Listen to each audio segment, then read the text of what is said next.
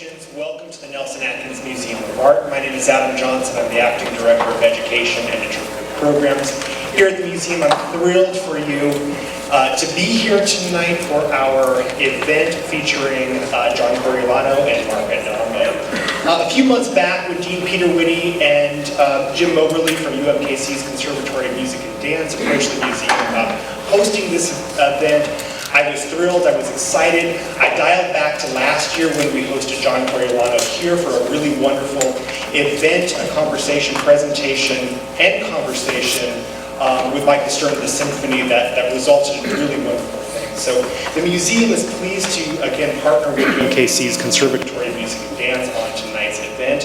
And without further ado, I will welcome the Dean of UMKC's Conservatory of Music and Dance to get tonight's event started.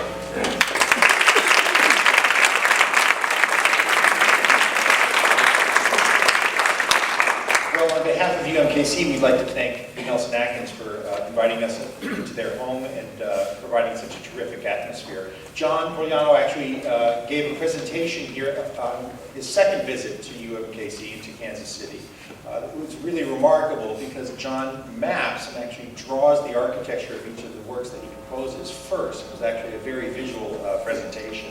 John Corigliano is here and Mark Adamo are here because Patricia and Howard Barr believe in living composers, living music, and specifically great American composers. And so through the Barr Laureate Institute, we're able to bring wonderful composers to interact with our students, certainly, with the conservatories, certainly, but also because of the terrific energy of the Barr Board, John and Mark have been able to collaborate with Tivoli, with the Lyric Opera of Kansas City, with our own students, now with the Nelson-Atkins. It's a terrific opportunity. And so you'll hear tonight a performance of both Mark Adamo's works and John Corigliano's works. And our faculty and students will be the performers. And then, John, I believe what we'll do is have you come up before the quartet. Is that what you'd like to do? If you'd like. I think that's a fantastic idea. Why don't we welcome John Corigliano and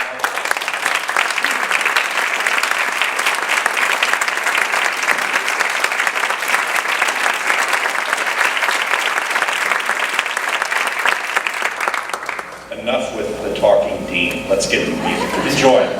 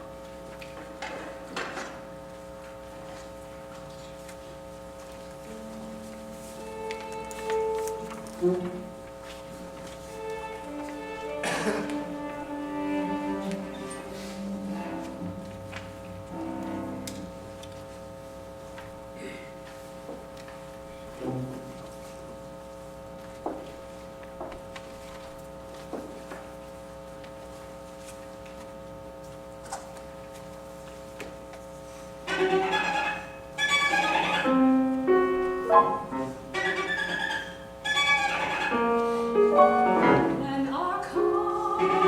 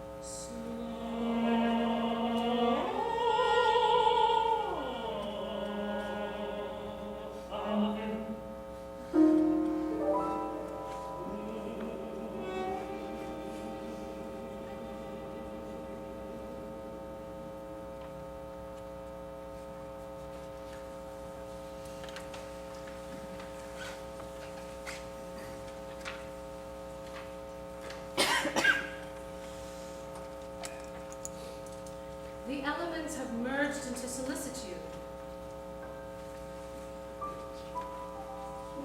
Spasms of violets rise above the mud and weed, and soon the birds and ancients will be starting to arrive. Bereaving point south.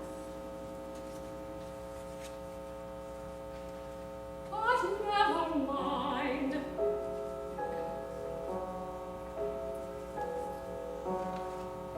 It is not painful to discuss his death. I have been primed for this, for separation, for so long.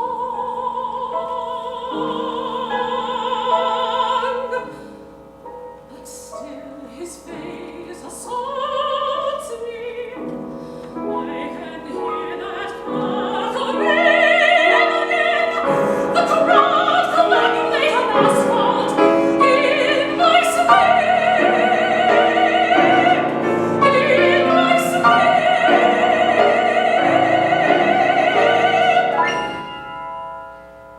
And watching him, I feel my knees like snow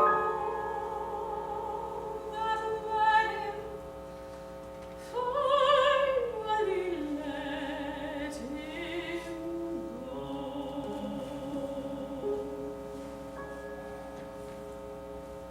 As he lies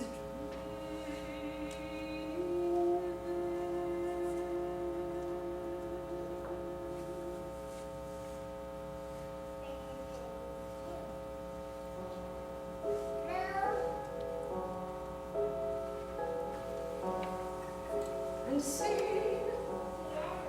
how even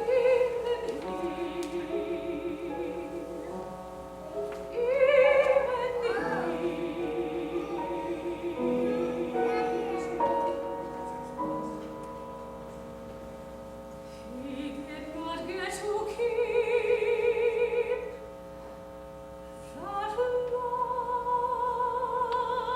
lovely body.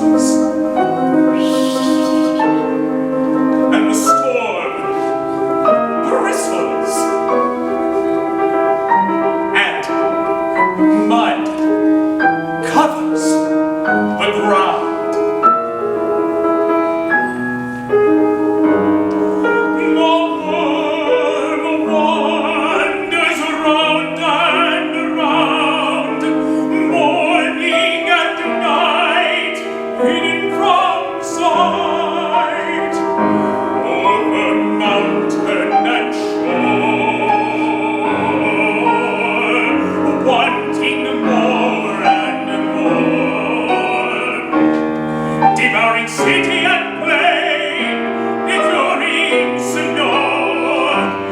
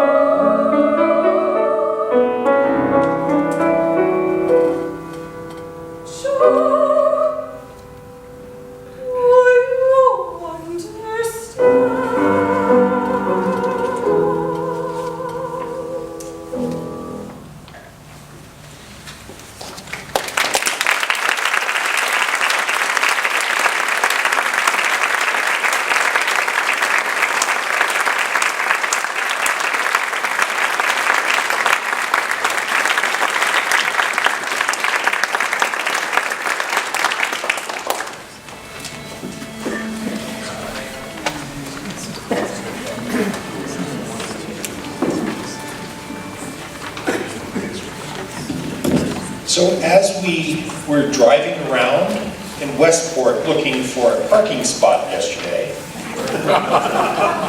John Corigliano and I had some time to chat. And John suggested that we might have this interlude rather than a dialogue after the concert. John would like to speak with us a little bit about the quartet that we're about to hear and help us understand a map of the piece and his thoughts about the piece as he was composing it. So please welcome John Corigliano.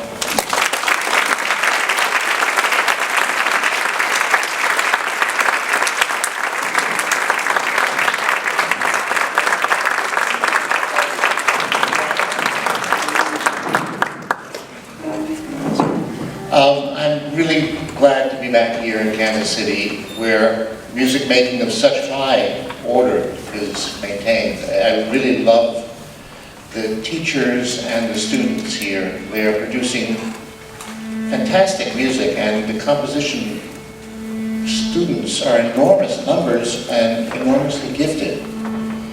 I wanted to tell you a little bit about the string quartet because it's a big piece. It's a 35-minute piece. So get ready. It was written on a commission by the Cleveland Quartet, world-famous Cleveland Quartet that existed a few years ago. And two of the members decided to leave, and the other two decided to disband the quartet, so they were going to play one more season and commission a piece, tour with the piece, and then each go their separate ways. And that's what happened, and they commissioned me to write a piece. And I had this feeling of farewell when thinking of the piece. I had this feeling that here were these four people who had played in these hotel rooms. I was going on to Canada with them when they were premiering the piece, and I would see them rehearsing in one or another's hotel room, all four of them crunched together, playing, traveling for so many years. And now they're going to leave each other and go their separate ways. And that feeling permeates this quartet.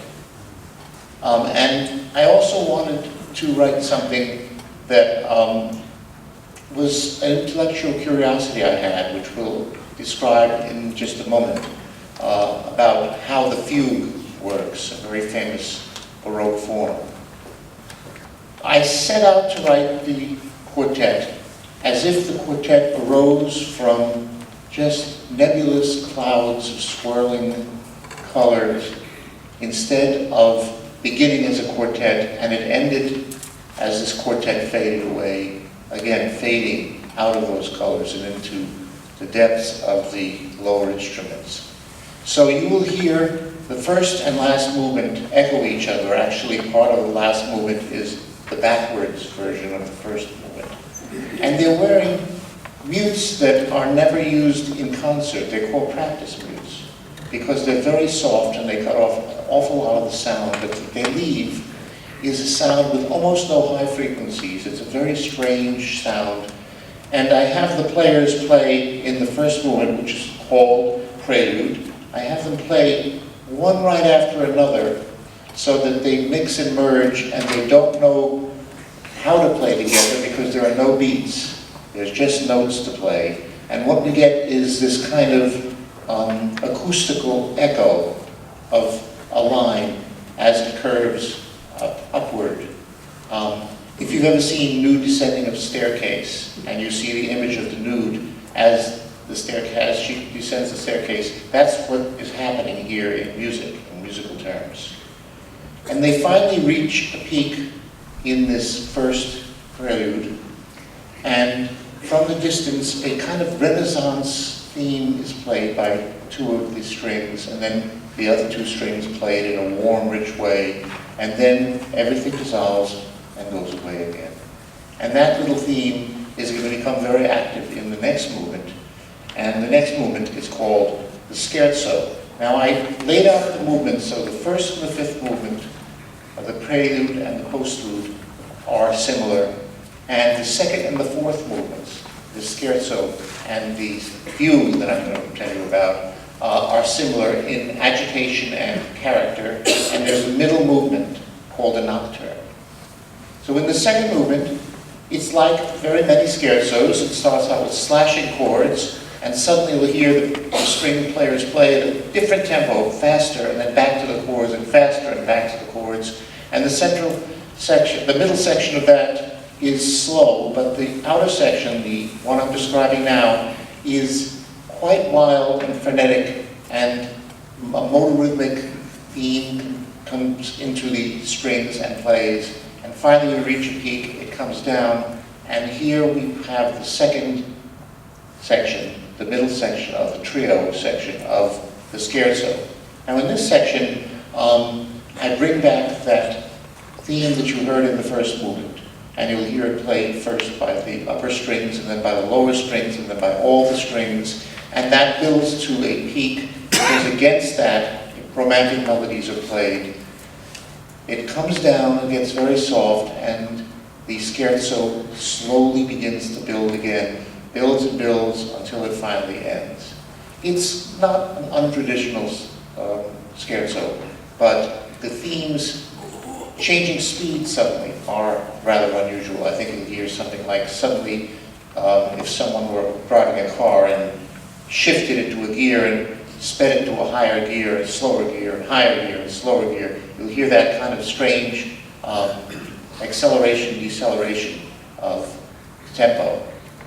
The third movement is nocturne, and this was inspired by a trip I made to Morocco some years ago.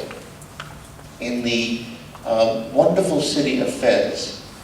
And in Fez, if you stay at one hotel, the Palais Jamai, and you stay on the side facing the Medina, which is where the whole town works and lives, what happens is about 3 o'clock or 4 o'clock in the morning, the muezzin start their prayers. Now, the Islamic way of doing things, the Muslim way, is to pray 5 times a day. And one of those prayers is in the middle of the night. And so instead of having everybody dress and go to the mosque in the middle of the night and obviously ruin their sleep, what they do is they broadcast it on loudspeakers. And there was one loudspeaker Muslim hall that started, and then another one started, and then another one started, and then another one started. And the whole of Fez is a bowl, and so you hear the echoing of all of these things. And so you'll hear, this is a night music that begins with a high up slow strings, and then you'll hear a tentative call from the distance.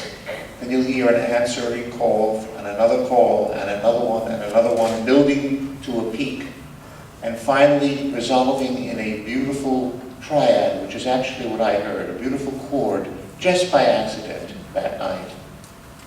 And then the night music continues as it falls downward and downward, and the movement ends. Now the third movement is the one I really want, the fourth movement actually, the fugue, is the one I really wanted to talk to you about, because it's really strange, this fugue. And it's strange because it does the opposite of what fugues do. I always ask myself, what is a fugue really? It's a steady tempo, bum, bum, bum, bum. And against that, a theme is placed in syncopation. Da-da-dum, da-da-dum-dum, da-da-dum-dum-dum. It's done that way so that another theme can be placed against it, and while one theme is playing something, the other theme is resting, and vice versa. And so you can hear the 2 and the 3 and the 4 voices of a fugue independently. So the idea is to keep the beat the same, but have a lot of variety in the theme in terms of the rhythm. So I said, what would happen if you did the opposite? If the theme had no rhythmic profile, it was simply repeated notes, bum, bum, bum, bum, bum, bum, bum, obviously with different pitches involved. And when the second voice came in, it was doing that, but it was doing it at 4/5 the tempo. And then the third voice came in at 2/3 the tempo, etc., etc. What would happen, in other words, if they were traveling at different speeds, but they were all playing single long notes until they finally joined and played together. And the subject of this fugue is independence of the tempo while the rhythm remains rock steady. And then they all join and play together, and then they start this again and interrupt it, and a chase kind of the fugue subject continues. But all in all, the thing to know about this fugue is that the theme and the answer of this fugue, which are supposedly rhythmically alive, are not. They are steady, and yet they travel at different speeds. This is very easy to hear. It is extremely difficult to play. Notating this took 8.5 months for me just to notate how they could do this. And they do a remarkable job, this astounding quartet you're going to hear. And after the fugue, we go directly, non-stop, into the postlude. And the postlude is about farewell. And what you hear in the postlude is a undulating sound of a viola playing and above it is the first leave taker, the solo violin, playing in a very, very high register, a C sharp, and playing a theme in the high register. And the other instruments come in and try to coax the first violin down. And they don't succeed at doing so. And finally, they interrupt the violin. They interrupt it again. It comes down and joins them. And the final moments of this postlude is when they all play in unison, the same exact pitches with chords interspersed. And they play together for the last time, and they sing a final moment where they all play together, and then the solo violin returns on the high note, and everyone else realizes that this is now going to begin to end. And so we have the backwards version of the prelude beginning. Everything starts to go downward and disappear as the solo violin disappears in its high register away forever. So that was the plan of this string quartet. I thought it might be interesting to know that before you heard it rather than after you heard it. And hope you enjoy it. The players are astounding. This quartet is, I heard them and I just couldn't believe the brilliance of this quartet. It's called, I better read this right, the UMKC Conservatory Graduate Fellowship String Quartet. And you should welcome to the stage because they're going to give you an extraordinary performance of a rather very difficult piece. Thank you.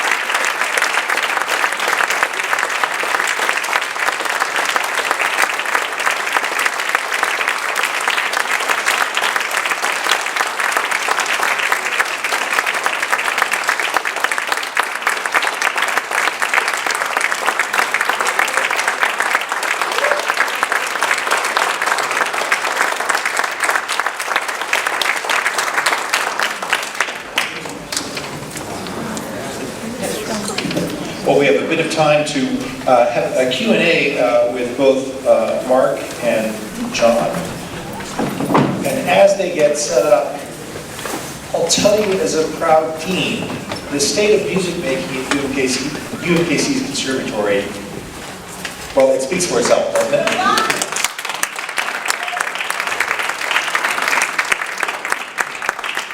It's a real joy to see our faculty and our students collaborating at such a high level. We're absolutely thrilled. Mark Adamo's Little Women will start at UMKC's Conservatory in about 52 minutes.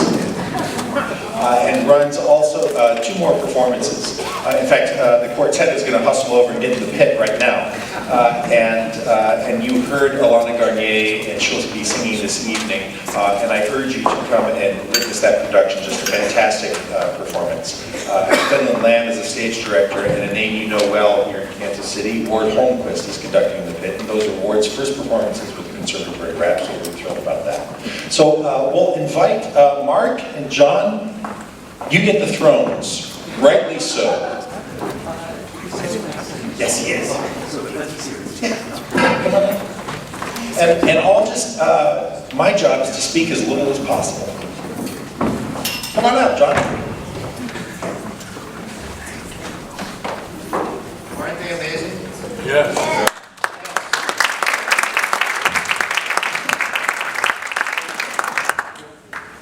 So while you're thinking up your questions, I'll break the ice. Simple question. First to you, Mark. When during the day do you compose? What's your routine? You know, I wish I had a more consistent answer for that from my own state of mind as well as anything else.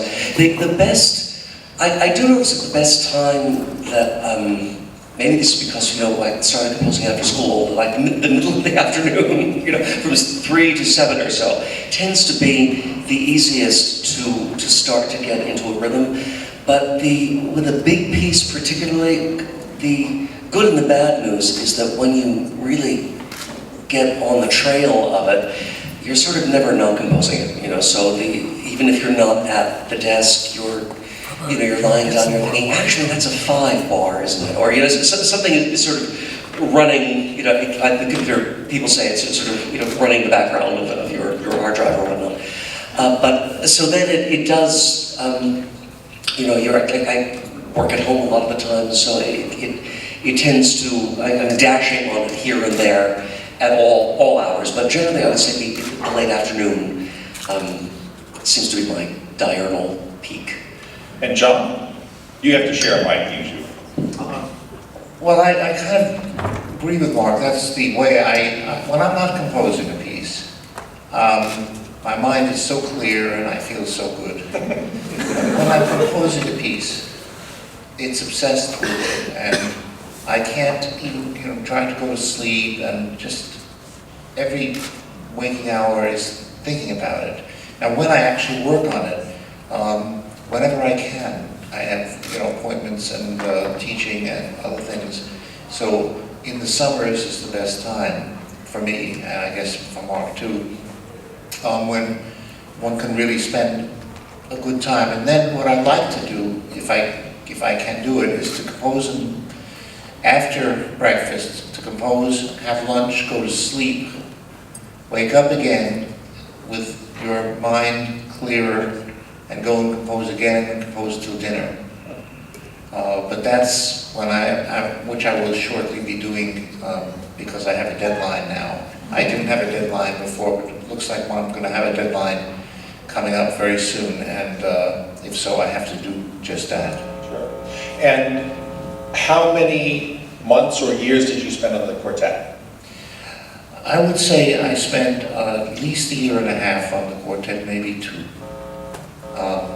It was a very difficult piece for me. First of all, writing a string quartet for any composer is very difficult because we have the giants, the greatest music ever written, you know, the Beethoven and the Mozarts and just the masterpieces, Bartok. I mean, it's very hard to write a string quartet when they're perched on your shoulders saying, you don't know anything, you know, go home, because they're so good. And so the quartet, now if you have something like a clarinet quintet, no problem. It's much easier to compose. But a string quartet, that's the hardest thing. It's harder than symphony even. Why so? I don't know, it's a quintessential thing where 4 people are generating everything, and you have to condense everything and make it so clear that these 4 people can communicate to people your innermost thoughts. And you, as I said, you have these examples of people who have done it. The late quartets of Beethoven are contemporary music as far as I'm concerned in terms of the way they are composed. They are just not of their age, they're of another age, and you're past us. So it's very hard to start when you have that.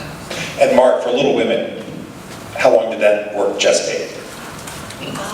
Well, it began really as an outline for a small company in Washington, and then when that, as the Hollywood people say, fell apart for artistic differences, then it really sat there for a while, and then when Houston became interested in it, it was commissioned in '96 and premiered in '98. So it was about a 15-month-ish. I think if it had been 18 months from outline to full score, there would have been many fewer errors in the parts, because that's actually rather short.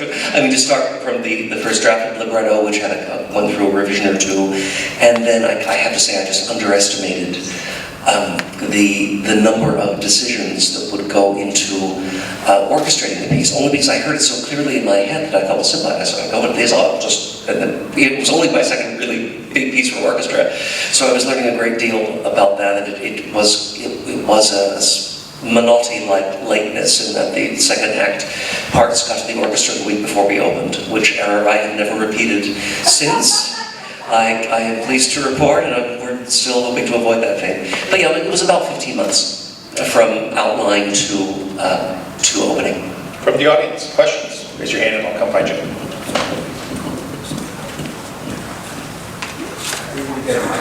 You do? John, I've been a string quartet player all my life. I'm the cello professor at the Conservatory. Oh, And I find your quartet a remarkable work.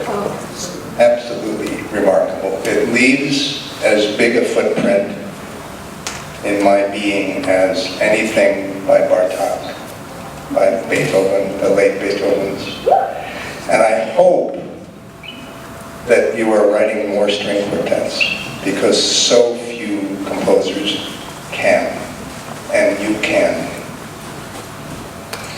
well, of course I'm overwhelmed by those words. I've written short pieces for string quartet, but they are not of this character and depth. They are a lighter piece, one written about my father and a photograph of him playing the violin. Which we did last year, yes. Yeah. Yes, and that's a very different kind of thing. This is my string quartet.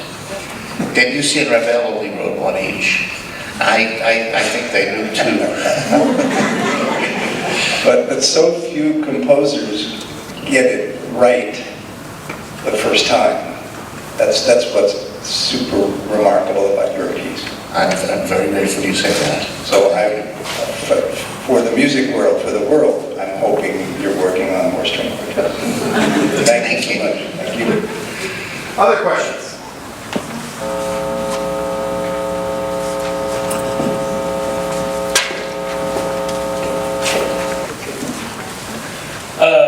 I kind of noticed listening to all the stuff that you guys write in contradiction to a lot of things that many contemporary composers write.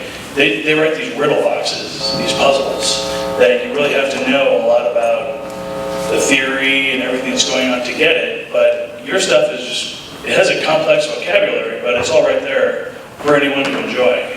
Do you think about that when you write that this is for average people to listen to and be able to enjoy? Well, I think about making everything as clear as possible. And there are some composers that don't think about that it doesn't occur to them as necessary. it's always clear to the composer, of course, you know, so the composer's writing and it's clear to the composer. My thought is, how can I make this clear so people can understand it? For example, that fugue is clear to the audience, but it's so difficult for the players because of the way I had to write it, because we had to write those precise notations that made that possible, because they couldn't just play 5 against 4 against 3 against 7 against, you know, all of that had to be written out. And the job is, for me, to make it clear so that you can understand what I'm writing. I mean, I think Mark probably has the same view. I'm going to pass this to him, but I take that as part of my mission, to talk to you. That's what a composer should do. It's lovely and funny that you say that, because this is the subject. When we first met each other, we were evangelical about this, because the whole point is, how do you get the music across in as few notes as possible, if you will. What is the event that you're trying to plan, and then how do you how can you think of, you know, what rhythms or what vocal timbres or registers or textures or you know, what harmonies or lack of harmony, you know, or when is silence the most musical thing that you can do. And you know, John has mentioned about planning out the string quartet, but he's done that in virtually every piece that you've written, and I do that as well, which I think also makes it possible to use a wider vocabulary, you know, different kinds of harmony. If you think, what's the event, what's the art, what's the journey of this piece first, and how am I going to get the complexity of this experience? How are we going to be clear that something that was simple has now thickened? You know, I mean, there's that one moment in the song cycle in which, like, nothing happens. It's this big 3, and yet just the chords thicken and thicken as her material gets darker. And I was writing that and thinking, gosh, it's just going to be just this one thing. But every time I added more to it, it was less clear. You know, it was like cooking in a certain way. I mean, any other contrapuntal line, it just seemed to get between the musicians and the text and the audience. So thank you for that observation, because it's only the story of our lives, really. Questions?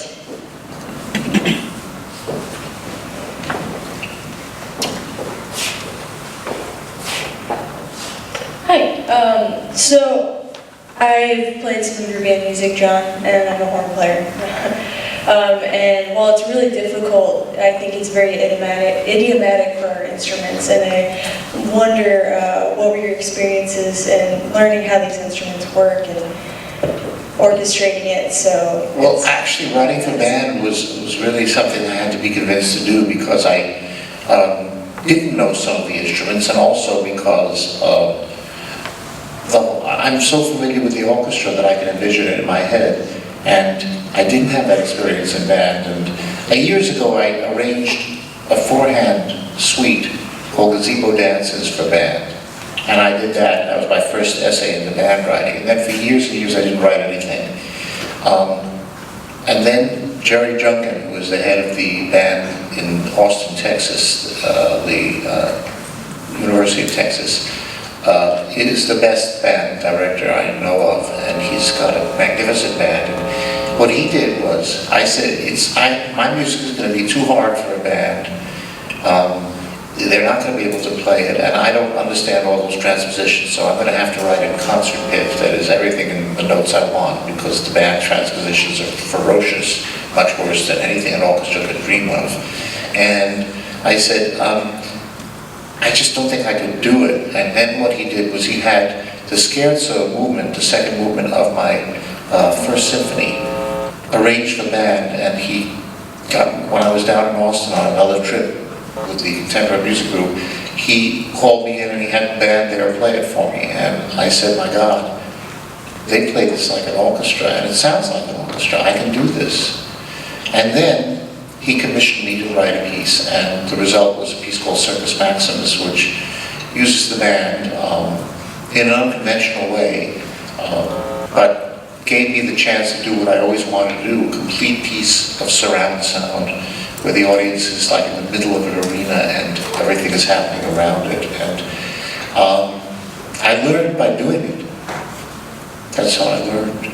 I knew the French horn, but the wolf calls were another thing. In fact, there's a change to the wolf calls. I have in the night music scene these wolf calls that I got a horn player in my house, and we worked for hours listening to wolf calls and trying to do it. We found you could half valve it and play it because the horn is going to bump on the various overtone notes that they have. They can't go evenly down like that. And it's very hard. If you half valve, you can almost make those go away. And I was down in Il Sistema in Caracas, and they were doing Circus Maximus with these young students, and I heard these absolutely immaculate band calls, and I said, well, how do you do that? Nobody can do that. And they said, well, we just sing it to it. And I never thought of it. And they just sang the line, and it was smooth and didn't have anything at all. They didn't use their fingers at all. They just sang he sang a wolf howl into French horn. You see, you learn things. And I'm always learning things about instruments. And now that's getting changed in the publication so that bands can play it in a much easier and better way. But you just learn by calling players up, having them come over to the house, recording them, asking them questions, and from that growing. I'm sure Mark has done very much the same kind of thing in everything he's experimented in. Well, I haven't really done much for band, although it seems like all my friends have, so one of these days, if I get asked. But I mean, just to bounce off of this, I mean, with your, even with your concerto work, I mean, I'm thinking of the violin concerto, where that cello rondo finale, which is sort of has a cousinal relationship to this fugue, in that the orchestra and the soloist are going at different tempi. You had a colleague of yours, Jeffrey Moulter, come in, and John said, I need this pattern that has got me, you want to go back and forth to the string that he can accelerate and memorize. It needs to be chromatic enough to be interesting, simple enough to be memorizable, and also idiomatic enough to fall in the fingers so that he can accelerate at his own tempo. And it was Marin, I think, who did the premiere, right? Marin also. So she's going to be accelerating at something else. And so they kind of woodshedded that together, and you've done that with the guitar concerto too, with Scott Wilkinson, because John hadn't written for guitar before Sharon has been, with her characteristic assiduousness, pursued you for what, 8 years? 12. 8 is the new 12. You know, and finally when you said, okay, I think I have a way of doing this into the kind of the troubadour, yeah, it should be done. Well, actually, Sharon is wonderful because she kept after me in a nice way. She was assertive but not aggressive. So, you know, she's a wonderful person. And she gave me all these books and things and how to learn it. What I really did was I found a composer who was a wonderful classical guitarist from Toronto, who was a teacher, who wanted to study with me. And one summer I said, if you stay in my guest house in the country where my studio is, and stay there all summer, I'll give you composition lessons, and you will be my living guitar. And that meant 2 a.m. Hey, wake up, now look, I just thought of this. Didn't really mean that, I didn't do that to him, but he made it very idiomatic. Everything I wrote, it seemed, was unidiomatic, and I learned how to do it then through the constant summer of working with a person who really knew the instrument. And this may be a can of worms, but how would you two define color? How would I define what? Color. Color, timbre. Well, the color of sound is technically the relative volumes of the overtones that make an instrument sound different from another instrument. An oboe has, for example, maybe the 17th overtone is louder and the 15th is softer and the clarinet is reversed or whatever. And it's so subtle that even great violins have different series of overtones that make them Stradivariuses or inexpensive violins. So to describe color, it is the relative differences of the overtones of, for example, an instrument when it is played. I always, you could try this at home, but I'm not going to do it now because it's late. But you could play a note on the piano, okay, and what you do is you put your arm on every note above that note, and you play that note really sharp and loud, and you'll hear a chord being played by the resonant strings that vibrate, and those are the overtones that are having sympathetic vibrations in these other strings. So that's the relative level of those is what makes color. And we learn the color with our ears. We learn what things sound like, and then we use it. That's what we do. Last question. Steve. I can do without the mic, I think, Peter. Save your trip. So, John, I have conducted all your band music, which I love and I'm thankful for. And Mark, I'm your ride to the opera tonight. And I can tell you in public that we're going to invite you to write a wind piece. So, you just said you'd do it, so I got So, that's all. I like it here. Well, that would be fabulous, actually. Thank you. But that wasn't a question. No. John, the question I'll get to, I mean, I can ask the question. John, last time you were here, you were talking about your visual art. Are you painting at all?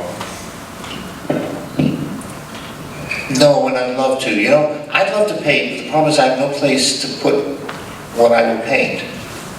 So I did it when I needed a painting, for example, in my living room, and I couldn't afford the art that's in this museum, contemporary art. I got out some paint brushes and some paint and a canvas and did an abstract work involving the palette knife a lot in terms of sculpting it.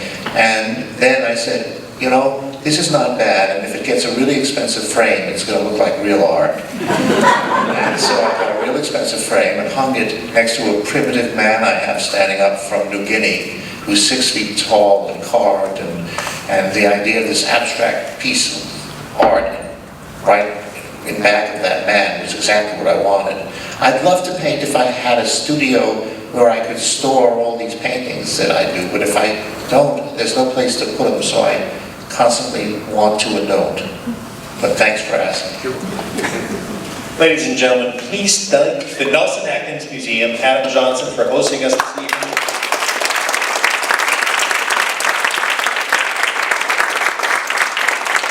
The faculty and students who coached and performed this work this evening.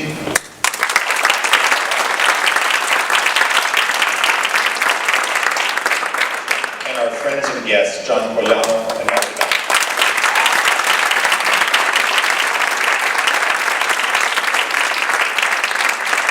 Thank you, good night. So